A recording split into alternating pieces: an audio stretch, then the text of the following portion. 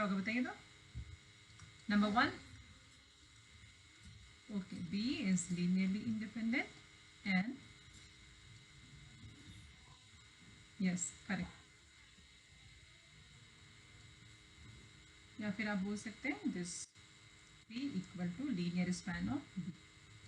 ठीक है, okay, thank you. Mute कर लीजिए। A subset B of a vector space Bf is called basis if B is linearly independent and B span B. Mute.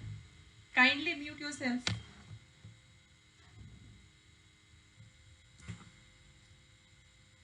Okay. तो अभी तक हम लोग जितना भी एग्जाम्पल देखे बेसिस का, कोई बता सकता है फाइनाइट था या इनफाइनाइट बेसिस था?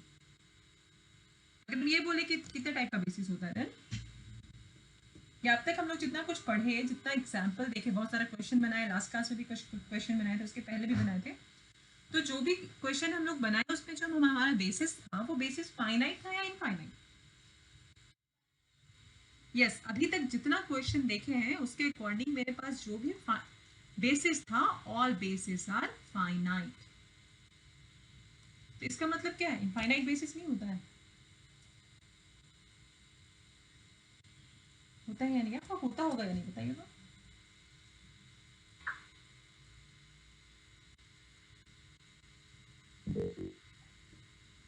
इनफाइनाइट बेसिस होने का चांसेस है या नहीं बताइए?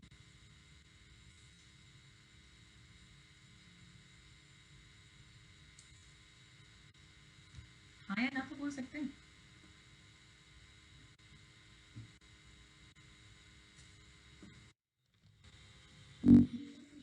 नहीं है। यस कौन बोल रहा है? यस कौन बोल रहा है?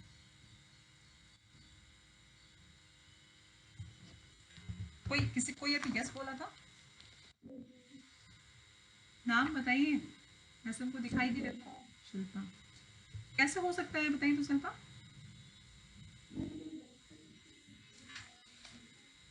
ओके, अगर वेक्टर स्पेस इनफाइनाइट हो तो इनफाइनाइट बेसिस होने का चांसेस होता है।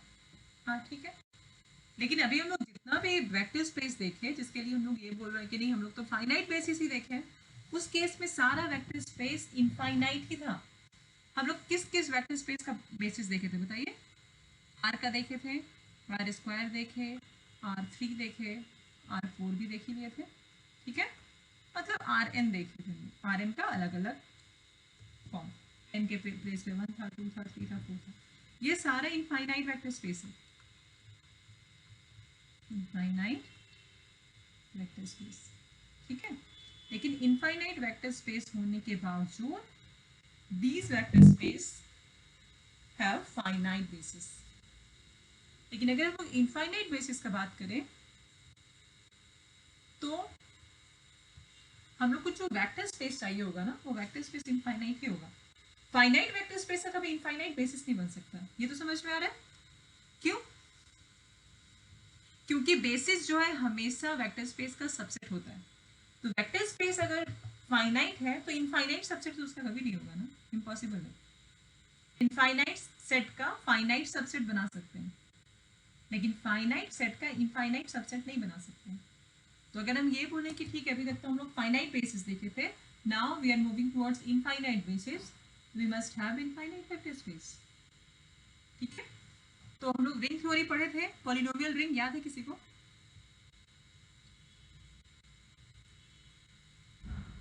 अगर हम यहाँ पे लिखते हैं Pn(x), इसका मतलब क्या होता है?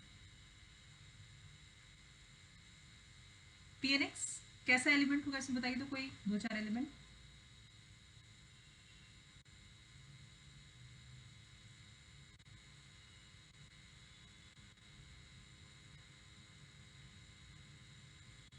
या फिर ये देखे थे हम लोग रिंग में, इसका मतलब क्या था?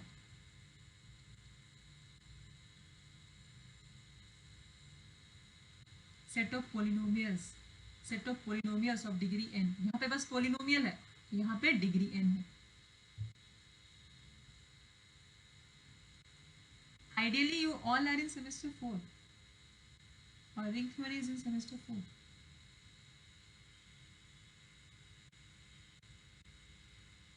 ठीक है, तो अगर हम लोग पोलिनोमियल रिंग ले रहे हैं या हम लोग सेट ऑफ पोलिनोमियल्स ले रहे हैं तो वो भी वेक्टर स्पेस फॉर्म करता है, ठीक है, अंडर फील्ड। तो फील्ड आप रियल नंबर ले सकते हैं, मतलब आप एक सेट ले सकते हैं Rn(x), ठीक है। This is a vector space defined over a field R। This is a collection of all polynomials of degree n। अगर हम सिंपली यहाँ Rx लिख रहे हैं तो इसका मतलब है this is a collection of all polynomials. Degree हम नहीं बता रहे हैं, तो डिग्री कुछ भी हो सकता है, ठीक है। This is collection of all polynomial, collection of all polynomials, ठीक है। अब अगर हम लोग कलेक्शन ऑफ पोलिनोमियल्स लिए हैं तो इसके केस में जो मेरा बेसिस होगा ना वो हमेशा इनफाइनाइट होगा। द बेसिस ऑफ Rx ये हो जाएगा 1x x² x3 xn infinite। तो this Rx has infinite basis, this is B। क्यों इनफाइनाइट हुआ? दो पोलिनोमियल ऐड करिएगा डिग्री तो सेम रहेगा, लेकिन जैसे मल्टीप्लाई करिएगा डिग्री चेंज हो जाता है। मल्टीप्लाई जैसे करते हैं डिग्री बढ़ जाता है ना, ऐड करने से डिग्री सेम ही रहता है या उससे रिड्यूस करेगा। लेकिन अगर आपको दो पोलिनोमियल का डिग्री इंक्रीज करना है तो you need to multiply both the polynomials. तो अगर कभी ये पूछा जाए कि इनफाइनाइट बेसिस के एग्जांपल है या नहीं, तो you have to move towards vector space, ठीक है, of polynomials under addition and multiplication of polynomials. दो पोलिनोमियल को जैसे ऐड और सब्ट्रैक्ट करते हैं वही दो बाइनरी ऑपरेशन होगा, which is defined over any field, and that you can take that field as a set of real number, okay, and the basis is infinite। इसका मतलब हुआ कि मेरे पास फाइनाइट बेसिस भी है, मेरे पास इनफाइनाइट बेसिस भी है। तो इसके बाद जो कॉन्सेप्ट आता है वो आता है फाइनाइट डायमेंशनल वेक्टर स्पेस का। इसके बाद जो भी थ्योरम्स हम लोग देखेंगे वो फाइनाइट डायमेंशनल वेक्टर स्पेस से रिलेटेड होगा, ठीक है। बेसिस के जस्ट बाद का जो कॉन्सेप्ट है, बेसिस में क्या होगा, we have a subset of any vector space which must be linearly independent and span that vector space,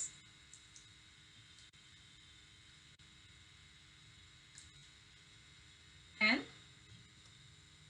basis may or may not be finite, मतलब infinite भी हो सकता है, finite भी हो सकता है। Now the concept comes of dimension। What is dimension? पहले भी बताए हैं, रिपीट किए थे, ठीक है। dimension is number of elements in a basis। तो जब मेरे पास बेसिस फाइनाइट है तब तो हम आराम से बता सकते हैं कि इसमें कितना नंबर ऑफ एलिमेंट है। जैसे हम लोग R3 का बहुत सारा क्वेश्चन किए, तो R3 के केस में जो भी बेसिस था B सबसेट ऑफ R3, ठीक है, and B equal to basis 1 0 0 0 1 0 and 0 0 1, okay. तो इसमें क्या हो गया, बेसिस पे कितना नंबर ऑफ एलिमेंट है, 9। 1 2 3 4 5 6 7 8 9, 9 एलिमेंट है,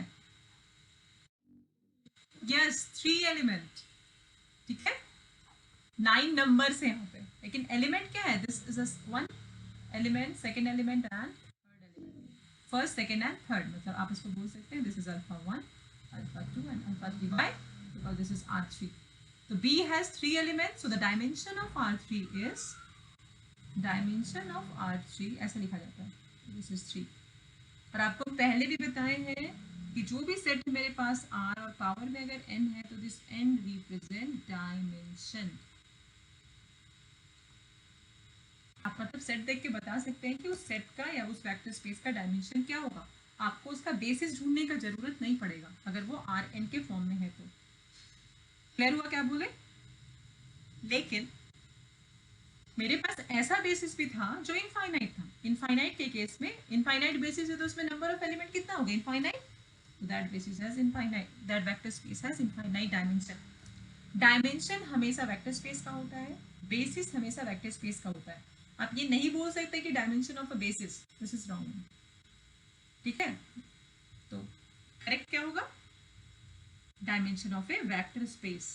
अगर हम ये लिखते हैं what is the dimension of a basis, ये गलत है। आप जब कुछ लिखते हैं ना, थ्योरम ही लिख रहे हैं, let us consider a dimension of a basis, नहीं, dimension of a vector space. ठीक है, basis of a vector space. समझ में आ रहा है कहाँ क्या क्या मिस्टेक होने का चांसेस है? ये सब बहुत कंफ्यूजन होता है। ठीक है, तो अब इसके बाद जो कॉन्सेप्ट आता है that is of finite dimensional vector space. वो फाइनाइट डायमेंशनल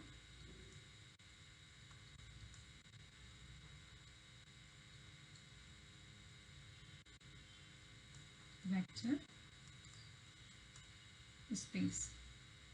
एक एक वर्ड का मीनिंग देखिए, फाइनाइट डायमेंशनल वेक्टर स्पेस, बताइए तो क्या हो सकता है इसका मीनिंग? देखिए, हर कुछ याद करने का जरूरत नहीं, आपके पास कोई भी नया टर्म आता है, just see and analyse it कि क्या हो सकता है, व्हाट आर द पॉसिबिलिटीज।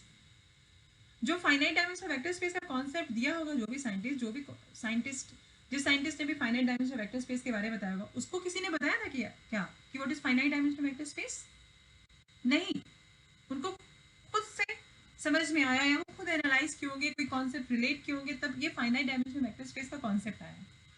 आपके पास जैसे कोई नया वर्ड आता है, आप कोई नया टॉपिक देखते हैं, आप थोड़ा टाइम लीजिए वहां पे, it's like pause and think over it कि क्या होने का चांसेस है। यहाँ पे चार ही वर्ड है, finite dimensional vector space. You know what is vector space, you know what is dimension, you know what is finite. जिस पे वेक्टर स्पेस का फाइनाइट डायमेंशन होगा, that vector space is called finite dimensional vector space, that's all. Am I clear? तो यहाँ पे आपको कुछ याद करने की जरूरत नहीं, ये टर्म आएगा आप समझ जाएंगे, अच्छा a vector space of finite dimension is called finite dimensional vector space, that's all बस। ठीक है, तो जो भी वेक्टर स्पेस का बेसिस हाँ, आप इसको ऐसे भी बोल सकते हैं, vector space of finite basis is called finite dimension. क्यों? क्योंकि फाइनाइट बेसिस ही फाइनाइट डायमेंशन को रिलेट करता है, both are implied and implied by. Finite basis है तो फाइनाइट डायमेंशन होगा, फाइनाइट डायमेंशन है तो फाइनाइट बेसिस होगा। क्लियर हुआ?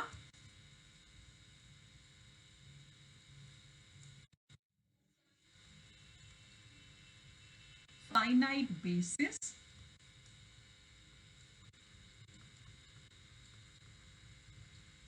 Finite dimension. ठीक है, फाइनाइट बेसिस है तो फाइनाइट डायमेंशन हो रहा है, और अगर फाइनाइट डायमेंशन है तो फाइनाइट बेसिस होगा। तो आप ये बोल सकते हैं vector space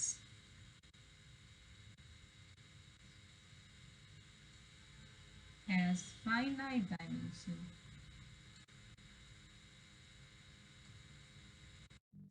is called finite dimensional vector space, या फिर vector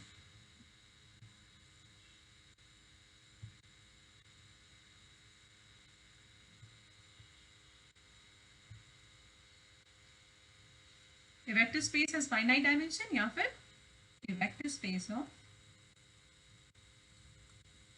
vector space has finite basis. समझ में, आप ये दोनों बोल सकते हैं, फाइनाइट बेसिस होगा तभी फाइनाइट डायमेंशन होगा, और अगर फाइनाइट डायमेंशन है तो फाइनाइट बेसिस। क्योंकि यहाँ पे जो टॉपिक है that is related with finite dimension, तो आप बोलेंगे vector space of finite dimension is called finite dimensional vector space. ठीक है, तो इसके बाद जो भी थ्योरम्स होगा, जहाँ पे भी इस टाइप का आप अगर बुक पढ़ते होंगे तो आप ये देखे होंगे कि बहुत सारे थ्योरम्स है based on dimension. It's like dimension of W1 plus W2, अगर ये दो सब स्पेस है, वेक्टर स्पेस है, तो this is dimension of W1 plus dimension of W2 minus dimension W1 intersection W2। इस टाइप का थ्योरम्स है, ये बहुत इंपॉर्टेंट थ्योरम है, बहुत बार आता है। ठीक है, ये भी थ्योरम है, dimension of W1 quotient W2 equal to dimension W1 minus dimension W2। तो जितना अभी तक हम लोग पढ़े उसके हिसाब से अगर मेरे पास कोई भी वेक्टर स्पेस है तो उसका जो डायमेंशन होता है वो क्या होता है? नेचुरल नंबर 1 2 3 4 यही हो सकता है ना? ऐसा तो हम नहीं बोलेंगे कि इन्फिनिटी है डायमेंशन, नहीं। वेक्टर स्पेस का जो भी फाइनाइट डायमेंशन वेक्टर स्पेस का जो डायमेंशन होगा वो नंबर आ रहा है। तो नंबर्स के लिए ही मेरे पास ये इस टाइप का बहुत सारा थ्योरम्स है। ये थ्योरम्स के लिए ये एजम्पशन बहुत इंपॉर्टेंट है। मतलब वो वेक्टर स्पेस अगर फाइनाइट डायमेंशनल है तो ही ये थ्योरम वैलिड है, अदरवाइज नहीं। मतलब आप सोचेंगे कि आप वेक्टर स्पेस और पॉलिनोमियल्स ले लें और ये थ्योरम अप्लाई करें, ठीक है, या ये फॉर्मूला अप्लाई करें, तो ये नहीं होगा। आए समझ में क्या बोले? Yes no? क्लियर हुआ या नहीं?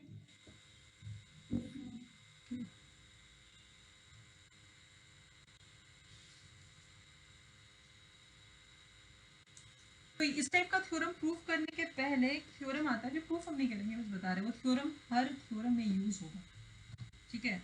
That is very important theorem known as extension theorem. Extension theorem. अब अगेन एक्सटेंशन थ्योरम है तो किसी चीज को एक्सटेंड करेंगे, यही समझ में आ रहा है? कुछ एक्सटेंशन हो रहा है, किसी चीज को हम खींच रहे हैं, ठीक है। तो व्हाट इज दैट एक्सटेंशन? क्या एक्सटेंड करने वाले हैं हम लोग? तो चलिए सबसे पहले हम लोग एक वेक्टर स्पेस बनाते हैं।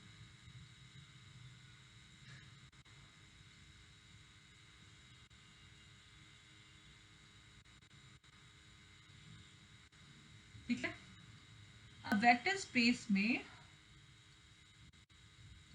एक लीनियरली इंडिपेंडेंट सबसेट बनाते हैं।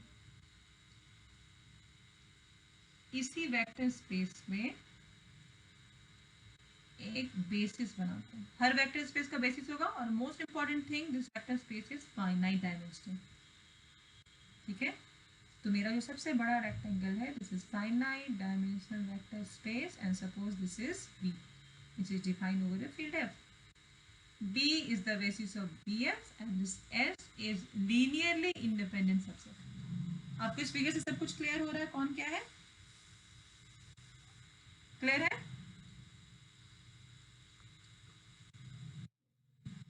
तो डेफिनेटली बी वी का सबसेट होगा, एस भी वी का सबसेट होगा। एस और बी में क्या रिलेशन है ये उससे कोई फर्क नहीं पड़ता, ठीक है।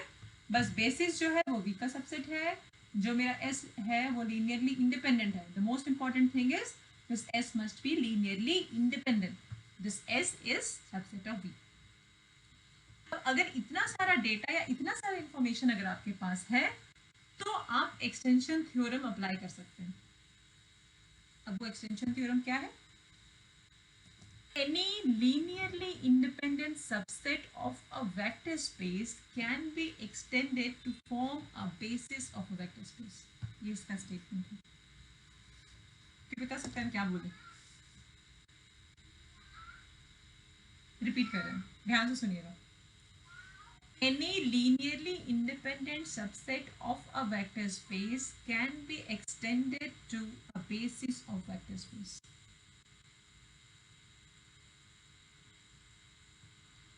ओवरऑल जो हम यहाँ पे स्टेटमेंट दिए और जो भी हम यहाँ पे इंफॉर्मेशन दिए उसके अकॉर्डिंग हम किसको एक्सटेंड करने वाले हैं ये बताइए। यस, एस को बी तक एक्सटेंड करना है। रीजन है इसका, इस वेक्टर स्पेस का, ठीक है, बहुत सारा बेसिस हो सकता है। B1 हो सकता है, B2 हो सकता है, B3 हो सकता है। मतलब इस VF के लिए इनफाइनाइट बेसिस हो सकता है। इनफाइनाइट डायमेंशनल वेक्टर स्पेस का बेसिस का बात हम नहीं कर रहे। मतलब VF का मल्टीपल बेसिस होगा, लेकिन बेसिस में नंबर ऑफ एलिमेंट सेम होता है। मतलब हर एक बेसिस का कार्डिनलिटी सेम होगा। अगर बी में 4 एलिमेंट है तो B1 में भी 4 एलिमेंट होगा, B2 में भी 4 एलिमेंट होगा, लेकिन वो 4 एलिमेंट सेम होगा ये जरूरी नहीं है। अगर 4 एलिमेंट सेम होगा तो फिर हम B1 B2 क्यों बोलेंगे? हम तो उसको बी ही बोलेंगे ना।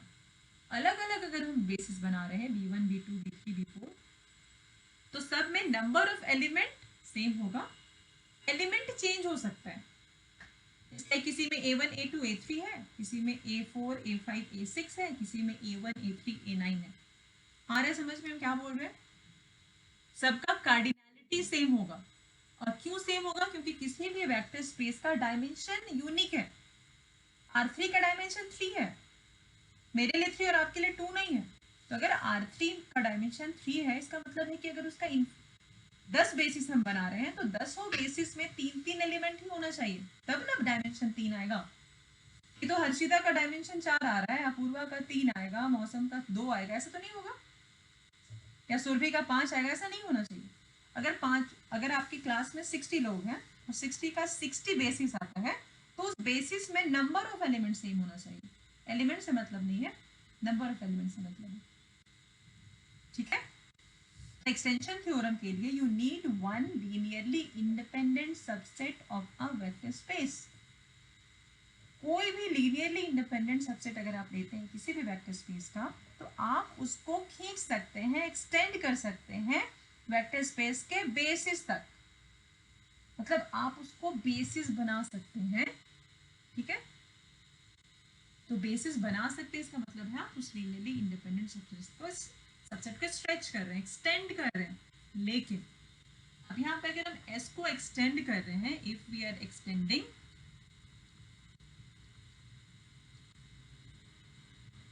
S to the basis of B, तो इस बी में मान लीजिए 10 एलिमेंट्स है, हो सकता है 10 एलिमेंट्स, और एस में 3 ही एलिमेंट है। तो आपको क्या करना पड़ेगा? एस में और 7 एलिमेंट डालना पड़ेगा, इनपुट इन करना पड़ेगा, तभी ना आप उस पर एक्सटेंड करेंगे। आ रहा है समझ में क्या बोल रहे? नहीं, हाँ, एक्सटेंड कर रहे हैं, इसका मतलब आप उसको बढ़ा रहे हैं, खींच रहे हैं। ठीक है। अगर आप कोई भी लीनियरली इंडिपेंडेंट सबसेट लिए हैं और उस लीनियरली इंडिपेंडेंट सबसेट को किसी वेक्टर स्पेस का बेसिस बनाना चाहते हैं, इसका मतलब है हम उसमें कुछ एक्स्ट्रा एलिमेंट ऐड करते हैं, उसके बाद ऐड करने के बाद हम उसको बेसिस बनाते हैं। तो किसी भी वेक्टर स्पेस का डायमेंशन या किसी भी वेक्टर स्पेस के बेसिस में अगर 5 एलिमेंट है, ठीक है, बेसिस में 5 एलिमेंट, और उसके लीनियरली इंडिपेंडेंट सबसेट में 3 ही एलिमेंट है, इस पे हमको और 2 एलिमेंट ऐड करना पड़ेगा, तब जाके ये बनेगा बेसिस। लेकिन बेसिस बनने के लिए ऑब्वियसली जब हम एलिमेंट ऐड करेंगे, तो एलिमेंट ऐड करने के बाद भी वो सबसेट लीनियरली इंडिपेंडेंट ही रहना चाहिए। अगर वो डिपेंडेंट बनेगा तो पीछा तो इम्पॉसिबल है। ठीक है। आए समझ में क्या बोले? क्लियर हुआ? मतलब ये थ्योरम इसलिए भी बहुत इंपॉर्टेंट है, आपको बेसिस किसी भी वेक्टर स्पेस में आपके लिए लीनियरली इंडिपेंडेंट सबसेट चूज करना is much easier than finding a basis.